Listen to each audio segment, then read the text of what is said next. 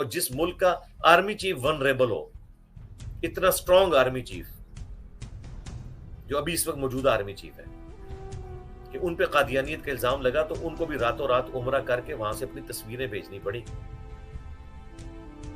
ان پہ قادیانیت کا الزام لگا. جو اتنی سیکیورٹی میں رہ رہے ہیں، انہوں نے محفل میلاد کرائی اپنے ایمان کا سرٹیفکیٹ لینے کے لیے ان سے. تو مجھے بتائیں، کیا میری سیکیورٹی ٹھیک ہے؟ ہم سیکیورٹی کا اپنا میرا بھی سلسلہ ہے، کیا آرمی چیف کے برابر ہے؟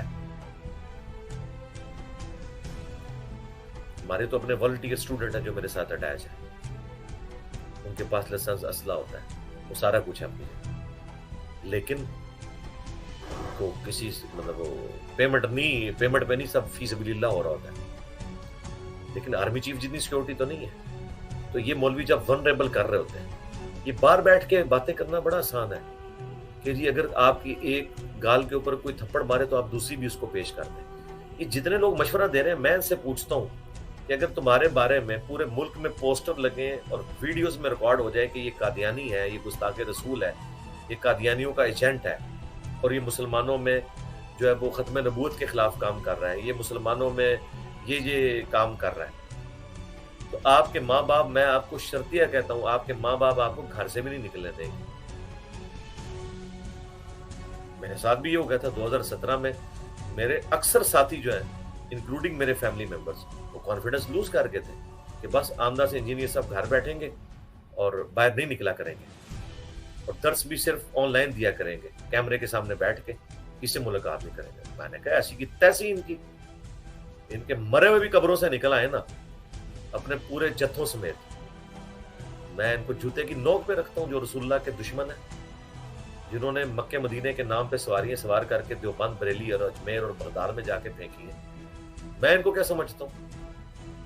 یہ تو کامیاب ہو جائیں گے اس طرح. میں نہیں. الحمدللہ جس دن مجھ پہ مرڈر اٹیمپٹ ہوئی ہے، میری ڈیڑھ دو بوتلیں خون کی نکل چکی ہوئی تھی. میرے سر پورے پہ ٹانکے تھے، پورا سر میرا اور میرے جسم پہ ٹانکے لگے ہوئے تھے، جہاں جہاں زخم لگے ہوئے تھے. میں اس حالت میں بھی میں نے کہا میں نے درس نہیں آج چھوڑنا. اس دن ہفتہ تھا، ان دنوں میں ہفتے والے دن درس ہوتا تھا عشاء کے بعد. میں الحمدللہ پہنچا، میں نے جا کے درس دیا. اللہ کا شکر ہے، پیچھے نہیں ہٹا. الحمدللہ. کیوں پیچھے ہٹیں گے؟ جب یہ اپنے باطل خداؤں اور باطل بابوں کے پیچھے اتنے دلیر ہیں، ہم اپنے سچے نبی اور سچے خدا کے پیچھے دلیر نہ ہو. ہم تو ماننے والے ہی مولا حسین علیہ السلام کے، ہم کیوں بزدلی دکھائیں؟ مجھے نہیں پیچھے کر سکتے. تو میں نے الحمدللہ اس دن درس دیا. البتہ میں نے ویڈیو نہیں بنانے دی تھی. میں نے کہا ویڈیو نہ بنانا، اسٹوڈنٹس کے دل دکھیں گے یار، اس حالت میں مجھے دیکھیں گے. یہ کام نہیں کرنا. اللہ کا شکر ہے. پھر جب دوسری دفعہ اٹیمپٹ ہوئی ہے، پھر بھی لوگ مشورے دے رہے جی گھر بیٹھو. میں نے کہا ایسی کی تیسی، خبردار یہ بات کی کسی نے میرے ساتھ. میں ان کو کیا سمجھتا ہوں میرے بھائی؟ میں نے جو ان کے ساتھ ڈیمیج کرنا وہ کر دیا. تو الحمدللہ یہ جو ان کے ساتھ ڈیمیج ہو چکا ہے، اب اس کی کوئی ریکوری نہیں. تو میں آپ سے کہتا ہوں جی آپ لوگ ہمارے اسٹوڈنٹ کو مشورے دے رہے ہیں، مجھے بتائیں اگر آپ کے ساتھ یہ کچھ ہو، آپ کے ماں باپ تو آپ کو گھر سے نہ نکلنے دیں، پھر میں دیکھوں گا آپ لوگ کتنے پازیٹیو. اب اس پورے سینیریو کے اندر جو مولوی اس طرح کی حرکتیں کر رہے ہوتے ہیں، تو کیا ہمارے اسٹوڈنٹس اللہ کے لیے ہم سے محبت نہیں رکھتے ہیں؟ کیا اس سے وہ ریئیکٹ نہیں کریں گے؟ کریں گے. میری خواہش میں نہیں کریں گے. میں کبھی نہیں ان کو کہتا کہ آپ ریئیکٹ کریں، لیکن میں ان کو روک بھی نہیں سکتا. یار بخاری مسلم میں درجوں دفعہ یہ احادیث میں ملتا ہے کہ حضرت عمر نے کہا یا رسول اللہ اجازت دیں اس منافق کا گلا میں کاٹ دوں جس نے آپ کے ساتھ غداری کی ہے. ابن ابی بلتہ نے جو کیا، بدری صاحب، حضور نے فرمایا چھوڑ دو، دنیا سے مغلوب ہو کے اس نے کیا ہے. اصحاب بدر کی اللہ نے اگلی پچھلی غلطیاں معاف کر دی. لیکن پھر سورہ ممتحنہ میں اللہ نے ایسی کلاس لی اس کی بدری صاحب کی، چھوڑا نہیں ہے، معاف کر دیا، لیکن اتنے سخت الفاظ کے ساتھ کیا. میرے بھائی وہ حضرت عمر جو کچھ کر رہے تھے وہ حضور کی محبت نہیں کر رہے تھے. تو اس طرح آج بھی جو نبی علیہ السلام کی طرف سے دائی بنا ہوا ہے، اس کی محبت کے لیے لوگ اس طرح آتے ہیں، تو یہ جینون ریئیکشن ہے. آپ یہ نہیں دیکھ رہے دوسرے لوگ کیا کر رہے ہیں. اس دن سے ڈریں کہ جو کچھ ان مولویوں نے اپنی پبلک کو اکسا کے میرے ساتھ کیا ہے کہ 2 دفعہ مرڈر اٹیمپٹ ہوئی، کہیں اس طرح کی ایکٹیویٹی یہاں سے نہ کوئی پرفارم کرتے.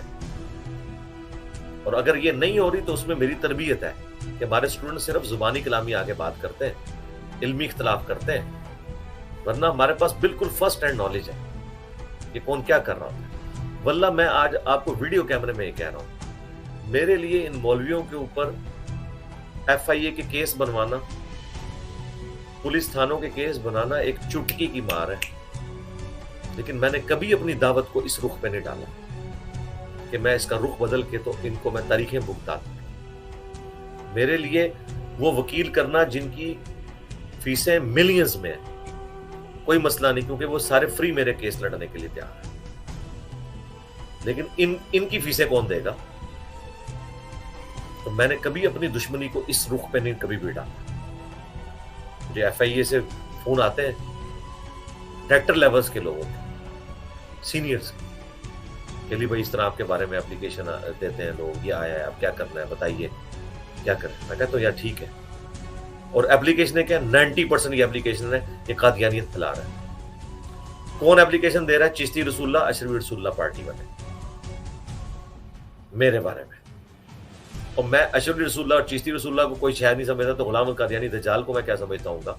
وہ تو تمہارا تھا، وہ تو صوفی تھا، پڑھیں اس کی کتابیں کشتی نوح اور تحفہ گولڈویہ، وہ سارے بزرگوں کے کشف المحجوب سے حش بہیش تھے، اور مکتوبات شیخ احمد سرندی سے، جسے مدد الثانی یہ لوگ کہتے ہیں، ایک ایک ریفرنس دیتا ہے وہ۔